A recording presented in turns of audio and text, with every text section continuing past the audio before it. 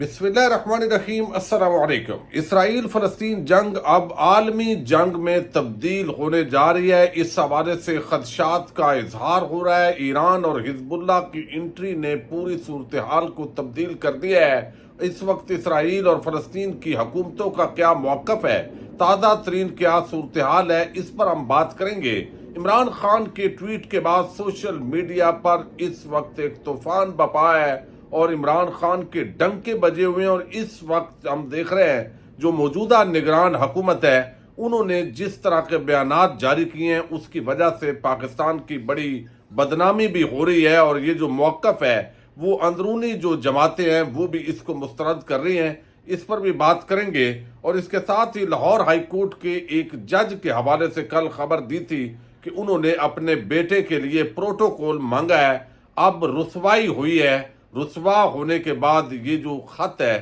یہ واپس لیا گیا ہے، یہ کیا ماجرا ہے، اس پر بھی بات کریں گے۔ کچھ اور خبریں بھی ہیں ان پر بھی بات ہوگی۔ بڑا ظلم اور زیادتی کی انتہا ہوئی ہے وہ بھی آپ کے سامنے رکھنی ہے، اور یہ میں آپ کے سامنے رکھوں تو نون لیگ کے ایک بڑے عام رہنما ہیں کانجو صاحب، ان کے بھائیوں نے ایک شخص پر تشدد کیا ہے جو سابق ڈاکٹر ہیں، ایم ایس ہے ایک ہاسپٹل کے، اور یہ بھی بڑی افسوسناک خبر ہے۔ بہرحال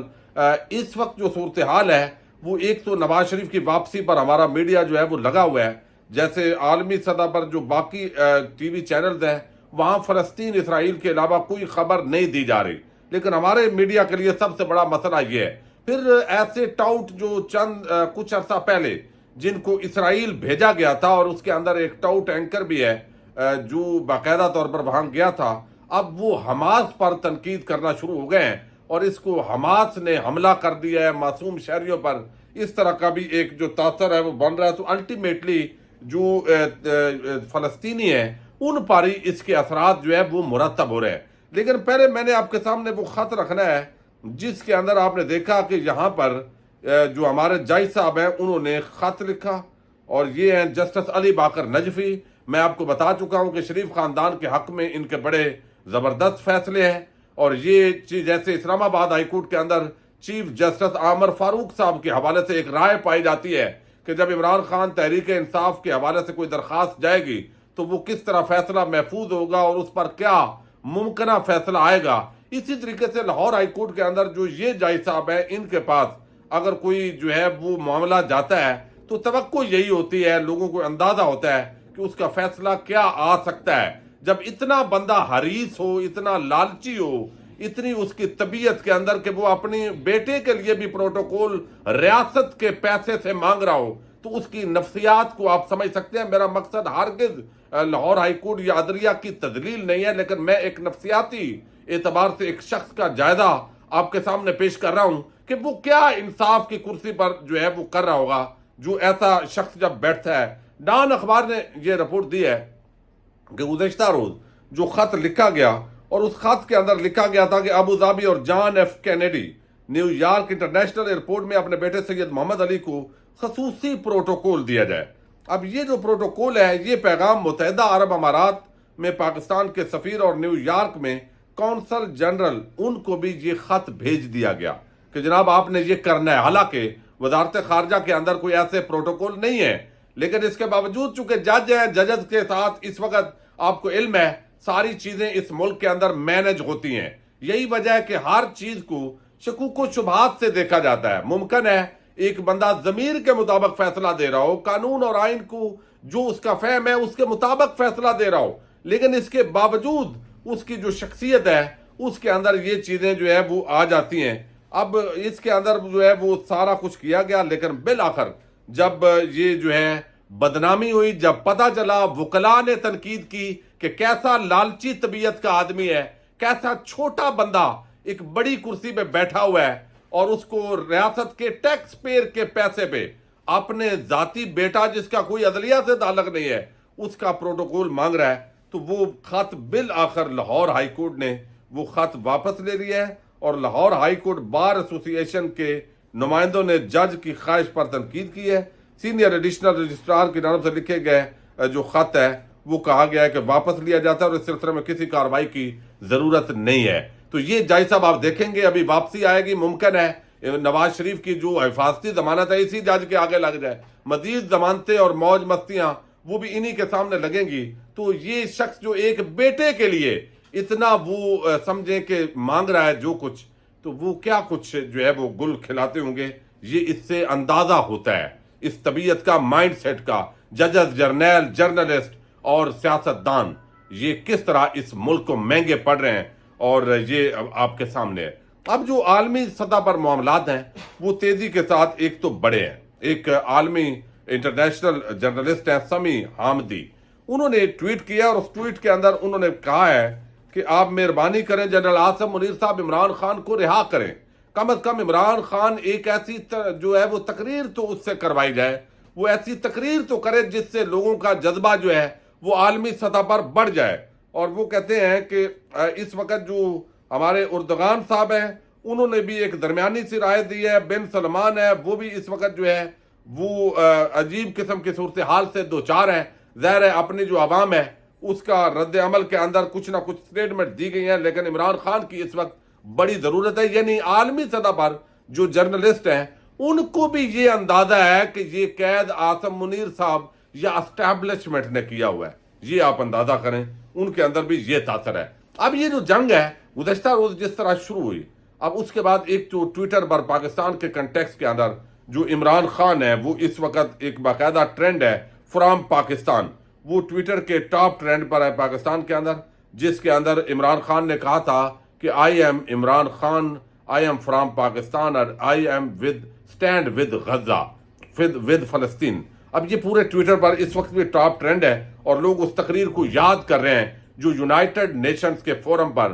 جو اسرائیلی جارحیت یا جو اسلاموفوبیا کے خلاف اس وقت عالمی سطح پر سازشیں ہو رہی ہیں ان پر عمران خان نے گفتگو کی ہے۔ اب صورتحال یہ ہے کہ یہ جنگ صرف اسرائیل اور فلسطین جو ہے اس کے درمیان نہیں ہے، اس کو دو تین تناظر کے اندر دیکھا جا رہا ہے۔ ایک تو کہا جا رہا ہے کہ حماس نے یہ غلط فیصلہ کیا ہے پرامن طور پہ، جہاں بھی جس انداز کے اندر بھی فلسطینی اور اسرائیلی آباد تھے معاملات چل رہے تھے، اور ایک نئی جو ہے وہ جلتی پر تیل ڈالا ہے، اور اب مزید تباہی ہوگی، دونوں طرف سے بربادی ہوگی، خاص طور پر فلسطینی جو غزہ کی پٹی پر آباد ہیں، ایک طرف ان کو علاج کے لیے بھی اسرائیل جو ہے وہ